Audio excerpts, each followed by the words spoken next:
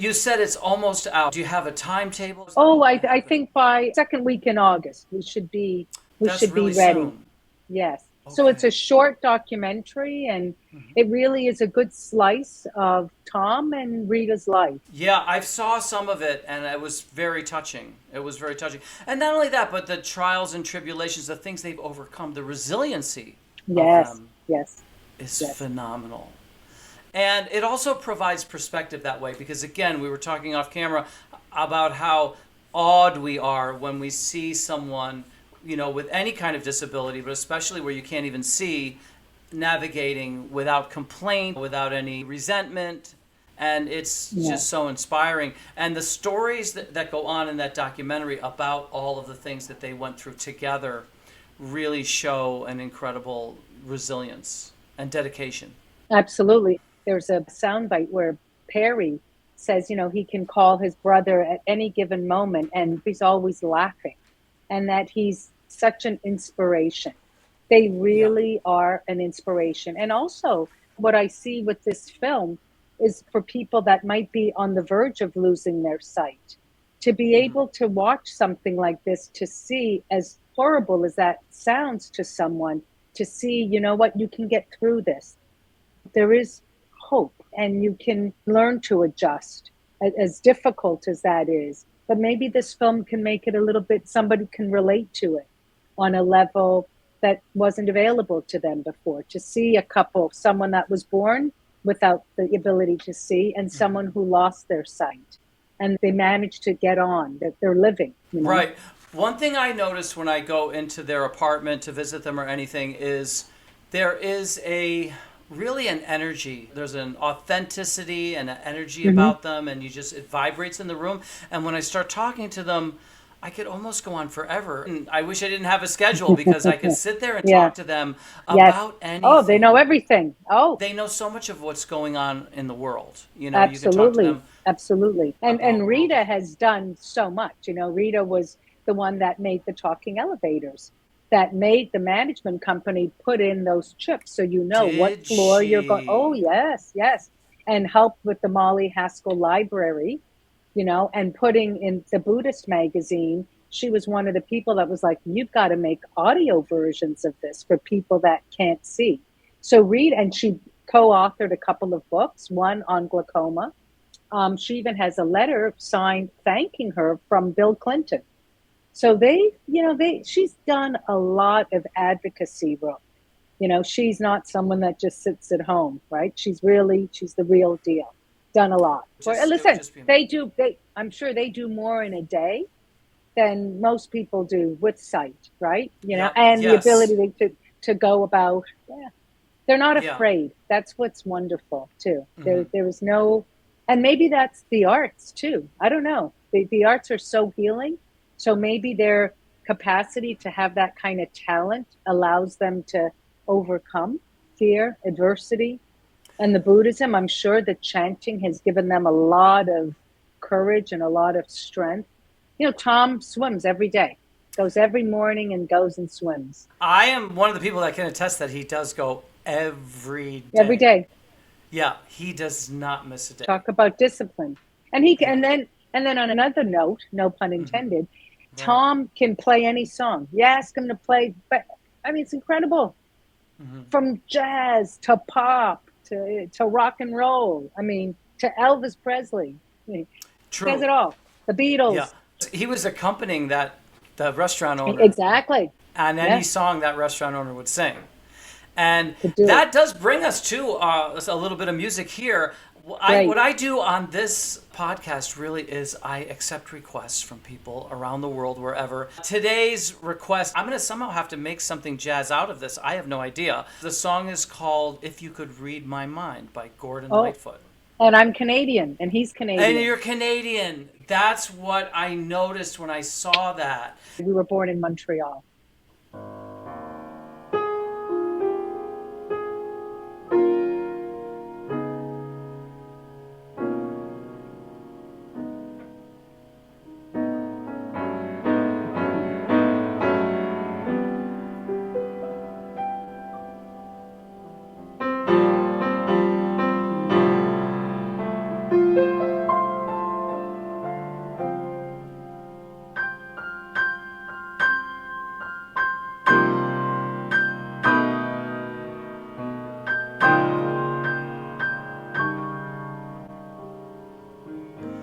If you could read my mind, love, Mm. what a tale my thoughts could tell.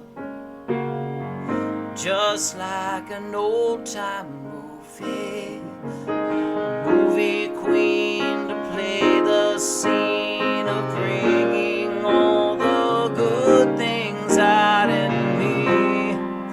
But for now, love, let's be real. I never thought I could act this way, and I've got to say that I just don't get it. I don't know where we went wrong, but the feeling's gone, and I just can't get it back.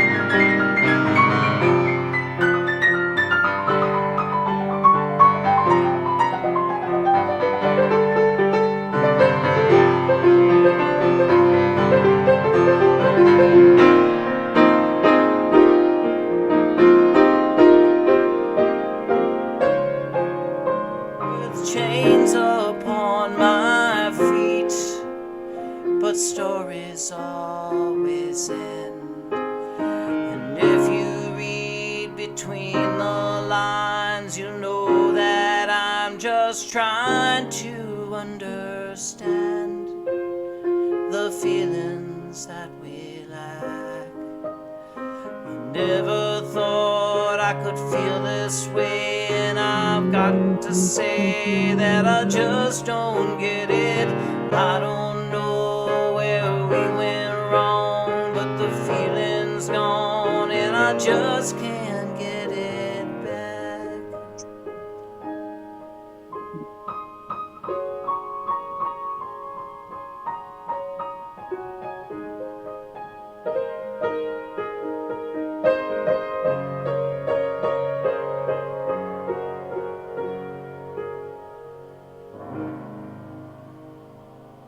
No. That was great. What's so crazy. There are no accidents, I believe. So I had a sister, Rita, and she passed away. It's going to be 30 years. That was her favorite song. So the chances of you playing that, I mean, my God, it's unbelievable. Yeah, that was her favorite song. That's how I I'm know getting that chills song. now because Yeah. this happens. If you ever go to look at our other, if you ever look at our other episodes, this happens all the time. Really? And this was the one time I'm thinking it's not going to happen because Yeah. I'm like, Cuban and I don't know, Yeah. Tom Yeah. and, Yeah. Yeah. Yeah. the movie documentary, all like, where is this all coming? Then I did see that Canadian thing in there, but I still didn't put it together. Yeah. But I saw Right. Canadian. Right. That was like the pride of Canada for at Yeah. one time. Like that's how we thought Yes. of him. Yes. Yes. The Sure. pride of the whole country because Yeah. you had your Michael Jackson, they were all Yeah. big names. Then Yeah. you had Gordon Lightfoot somehow Yeah. got into that stratosphere. Yeah. I think he Yeah. had this and he had Sundown and he had a couple, but there was a time Yeah. in that stratosphere with all those big names, and they were making a big thing about the fact that he was from Canada. Yeah. Oh, always. Canadians will always do But that. this was Yeah. your No, but no. Yeah. sister Rita's My favorite Rita's song. favorite song. We just did a little dedication to Rita then. Absolutely. And that's the Absolutely. second Rita that we're dedicating stuff to. Yes. Wow, what a tale of two Ritas Yeah. we have. I know a bunch of stuff now that obviously influenced Terrebonne Productions, am I correct? How did that all Yeah. come together? Yes. Okay. Yes. I for many years I produced medical videos. I started my career at Channel 13 at the PBS station here in New York City, WNET, and I returned back to my favorite love, which is telling people's stories. And the first documentary that I did was back in 2016 when President Obama opened relations with Cuba. I went to Cuba to meet my entire family because my parents escaped. So I never met anyone. So I Oh met my literally my God. entire, aunts and uncles. And yeah, it was really absolutely profoundly incredible and sad because we're old and we lost 50 years, but it was Yeah. fantastic. And then from that I did, I still do medical news stories, FDA approvals, but whenever I have time, when I find a story that speaks to me, I do it. And I did one on a Holocaust survivor named Judy Sleet, and that was very well received. That was my second documentary. And my third one is one on a gentleman of the name of Bernie Fershpan, and that has just been released. And he's a second generation Holocaust survivor. And he tells the incredible story of survival of his father, who lived in a forest in Poland from the age of 10 to 13 by himself because they killed his entire village except for 30 people. And Bernie goes around to schools, to middle schools, high schools, and he works at the museum in Glen Cove, New York, the Holocaust Museum and Tolerance Center, to educate the younger generations about the Holocaust. And since the Holocaust, you're talking about genocide, 55 million people have died in genocides. So clearly, as Bernie states, and as we know, you have to keep repeating the stories of the Holocaust because we really haven't learned much. Look at where we are. Is he still alive, Bernie? Bernie is the son. The father died. Bernie Okay. has The taken son the is taking a. legacy and goes and tells his stories. Then my next one was Tom and Rita. When you see someone powerful, I want to tell their story and share it, with the world.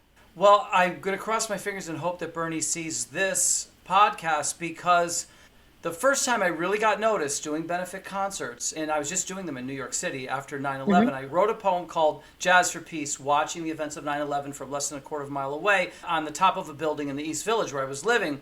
And I wrote Oh a wow. poem, and then I was trying to figure out what to do with the poem, and I thought, well, maybe I'll play some concerts, call them Jazz for Peace. And then I thought, well, maybe I'll help some outstanding causes, not realizing that there's 80,000 registered Sure. Oh, nonprofits in New York City.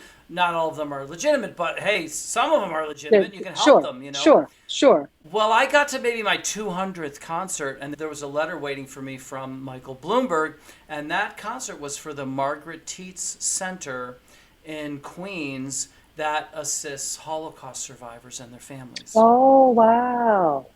And it was the Okay. second concert I had done for them because the first one was so successful. They said, "Could you do one more?" And I said, "Okay." Oh I'm registering a wow. second one for them. And that letter came, and I've been working with Holocaust survivors ever since, and knowing them. And I brought Israeli, Palestinian, and American jazz musicians together at the United Nations. Well, that's what Bernie Fershpan is going to do. We're going to be going to Israel for a concert with Palestinians and Israelis December 22nd.